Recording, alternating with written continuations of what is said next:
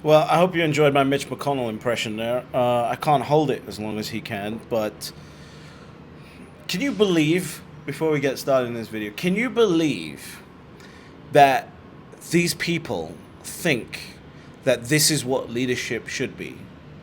That this is how leaders should be seen in the world by the people that vote for them? Can you believe how stupid they think that we are? And I'm not even an American. I know that my country also has some of the most stupidest people in politics. But if I was an American, because this is now not just on the Democrat side, right? And I think once you become a Bitcoiner, you realize like none of this actually matters. But can you imagine if you're a Republican, proud of America, etc., and this is what your leadership is? It's insane. So anyway, I hope he gets looked after. I hope he gets the help he needs. On both sides. I hope Biden gets the help he needs, and I hope Mitch gets the help that he needs. But really, what I wanted to talk about is why I think a Bitcoin ETF is coming inside of 2023. Why I support that movement and why I think it makes sense. Now, to some of you that are more leaning on the conspiracy side rather than the understanding how market sales and capital moves, this might sound a little bit crazy, but I think that we are heading into a period here where you have to get ready for an ETF. The flood of capital that is about to be unlocked with an ETF approval is something that most people have not factored in to what is about to happen. The gold ETF approval resulted in gold going up for 8 years in a row. And Bitcoin will do much more than that, and it went up by 350%. And Bitcoin will do much more than that because of the supply constraints on the asset compared to gold. So there is, if I have to think about, how the world works, how the world really works, the fact that after someone like Gary Gensler, who has been the SEC chair for a while, he's highly quote unquote regarded. If you don't think that there is some form of conversation, some form of incentive-driven behavior going on at every level of a human being, you're wrong. So I firmly believe that there is conversation going on between BlackRock and Gary Gensler, and I'm not saying that there's collusion. I'm not saying that there's, anything like that. I'm definitely not on that side of it. And of course, the SEC just had a scathing loss in the lawsuit against Grayscale. So I'm not saying that there's this major collusion, but what I am saying is, if I was Larry Fink and I see Gary Gensler, and we're sitting down, smoking cigars, having dinner, whatever it is, there's definitely going to be some conversation about Gary's next steps. There's going to be talks about how Gary would be perfect to join the BlackRock team. There's going to be conversations about what his compensation could be starting at, depending on the type of things that we need to get done. And there could be these things. I'd expect that, if we were friends having dinner, I'm going to take care of my friend once his post and time in public service runs out, right? That's completely expectable and normal. So, there's a lot of people who think that that the ETF is going to come out directly before the halving in April, approximately April. And that just doesn't make sense to me. That just doesn't make sense to me because, let's put it like this.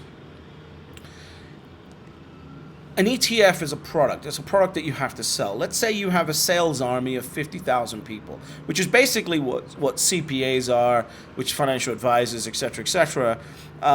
This is what these people are when they work for firms and asset managers and things like that. They're salespeople. They're responsible for selling you into a product, and they get a commission off of the sale into that product. And so let's think about this like normal business people, right? What has to happen if Apple is launching a new product, right? What has to happen for them to prepare their sales team in order to sell that product. Let's say Tesla's launching a new car. You don't think that they take 3 months, 4 months distributing sales knowledge about this new product to their entire sales team around the world? You don't think that happens? Because I think that happens. I think that they invest millions of dollars in making sure that their salespeople can sell this product, because that's how they get capital into the product, is through selling the product. And the same way they sell cars and iPhones to corporates, etc., etc. Now, Apple has a different model because they go direct to the consumer, but same thing. They got corporate salespeople that convince, businesses why they should use Apple products instead of Samsung products. So there has to be a process for selling, teaching sales. There is a process. This is how the new product works. This is the commission you're going to get on it, etc., etc., etc. This is why you should get people into it. This is how much of the portfolio maybe we should talk about you influencing your clients. And then after you train a salesperson, what do they have to do? They have to divert all of their attention from the products that they were selling, and they have to get back on the phone and create sales events and presentations and all these other things for their existing clients on selling them onto their new product. This all takes time. You can't do this in a rush. And I don't think BlackRock does anything in a rush. I don't think Fidelity does anything in a rush. You can't do financial services in a rush. And one of the biggest selling points for getting people into Bitcoin, when you want to, say I was on the phone and I was selling someone the idea of Bitcoin, right? One of the selling features of Bitcoin is the halving, because all this demand is coming and the supply is about to get cut in half. You need to get into this ASAP, right? That's what I can imagine myself saying if I'm selling a product, if I had to sell Bitcoin like a product to someone, which is what financial advisors do.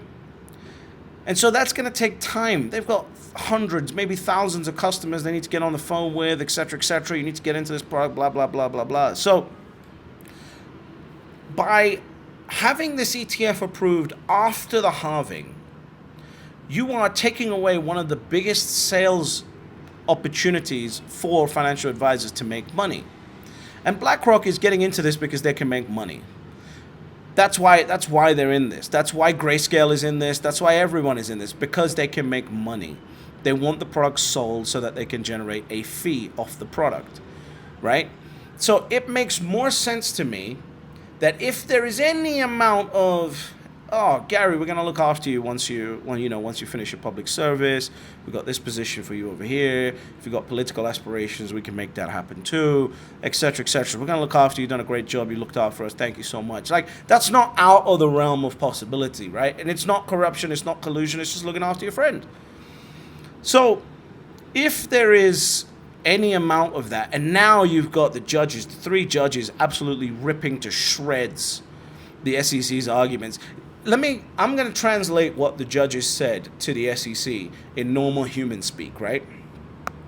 And imagine we're just we're friends, we drink together, we say whatever we want, we use any words we want, and we've just had a debate, and I'm about to basically ridicule your point in the debate that you've made, right? This is how we would talk as friends. I think that you are absolutely fucking insane. And the point that you've made is the stupidest point I've ever fucking heard in my life, right?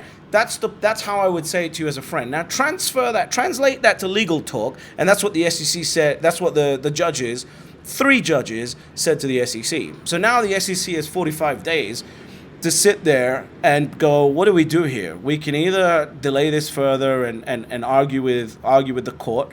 Now they've had 3 judges look at it. The next step is to get 17 judges to look at it. And it wasn't like one judge took the SEC side. All 3 of them said this is the stupidest argument we've ever heard in our lives.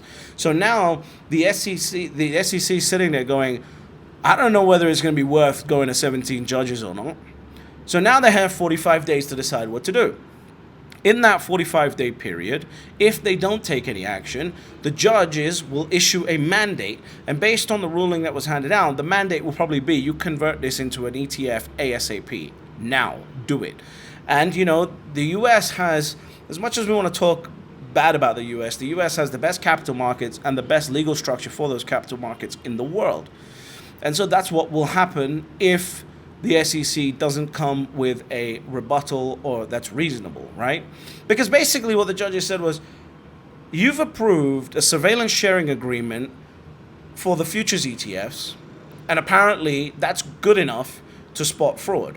But you haven't approved the same surveillance sharing agreements for the spot ETFs, because apparently they're not good enough. This doesn't make logical sense. So, the SEC is basically stuck between a rock and a hard place here. And they've got to find a way out. And the way out is you approve the ETF. It's just as simple as that. They'll gain political points. They'll gain, they'll take a loss in court, but they'll gain political points. And so I think that's what happens. In addition to that, it makes sense that we get a 2023 approval, because if I want to sell this product properly, I want to use the number one sales tool available to me, which is fear of future scarcity, of losing out, which is the halving. And all my salespeople, 50,000 of them everywhere in the world that manage, I don't know if it's 50,000, but was an amount of salespeople. I want them to get on the phone and say the halving is coming. So it makes much more sense for the ETF to be approved inside of 2023, latest by that January 10th deadline that's on all of the ETFs, so that the companies can actually start selling the thing. They need to sell it to their clients, and they need that time to be able to sell it.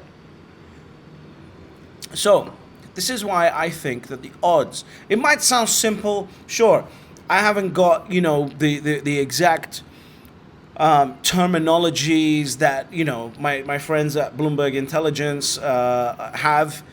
Yeah, absolutely. I'm just thinking like a normal person that has a business to run and what I need in order to do this. There is no way BlackRock's going to go, oh shit, with a week before the halving, cool, let's just start selling this. No, it's not going to happen. It's BlackRock. It's BlackRock we're talking about. It's not going to happen. So that's what I think is likely to happen. I think the ETF will get approved.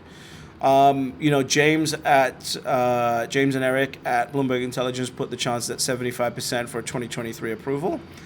Makes complete sense to me. I don't know how they get to 75% and not, 78%, but for the argument, it makes complete sense. There is a 2023 approval of a Bitcoin ETF coming, and how this relates to you is, imagine you've got an opportunity to get to 1 Bitcoin, and if you don't, your progeny will curse you out for the rest of your life if you've been living in the West and you have not got to 1 Bitcoin, because they can't get any more. It's not like buildings. We can just build some more buildings somewhere else, lower the price, and they can have access to it. They can't. They will not be able to have access to it. Then you've got 50,000 people calling all of their clients with money saying, you need to get into this Bitcoin product that we just launched. And they're incentivized to do it because there's a fee attached to it. So the thing that you need to focus on, if you're watching this video, is, are you at the adequate amount of Bitcoin for your portfolio or not? That's it. You need to get to a minimum of 1 Bitcoin, I believe, and then you need to figure out what's the adequate amount for your portfolio as a percentage. Some of you might be listening to this and you've got $1 million net worth, but it's all tied up in residential real estate, which is what most people is at that level. In that scenario, you need to figure out, okay, how do I generate some liquidity to actually put into Bitcoin to diversify my holdings? And that's a question that you need to ask. But waiting for the ETF for that to happen is silly. You need to start getting to that right now. Otherwise, you'll be standing there, if you don't follow the 3 rules of Bitcoin, which is step number 1, buy Bitcoin, step number 2, shut the fuck up, and step number 3, get fabulously wealthy. You'll be standing there looking at the Bitcoin chart like Mitch McConnell does when he's trying to address the nation.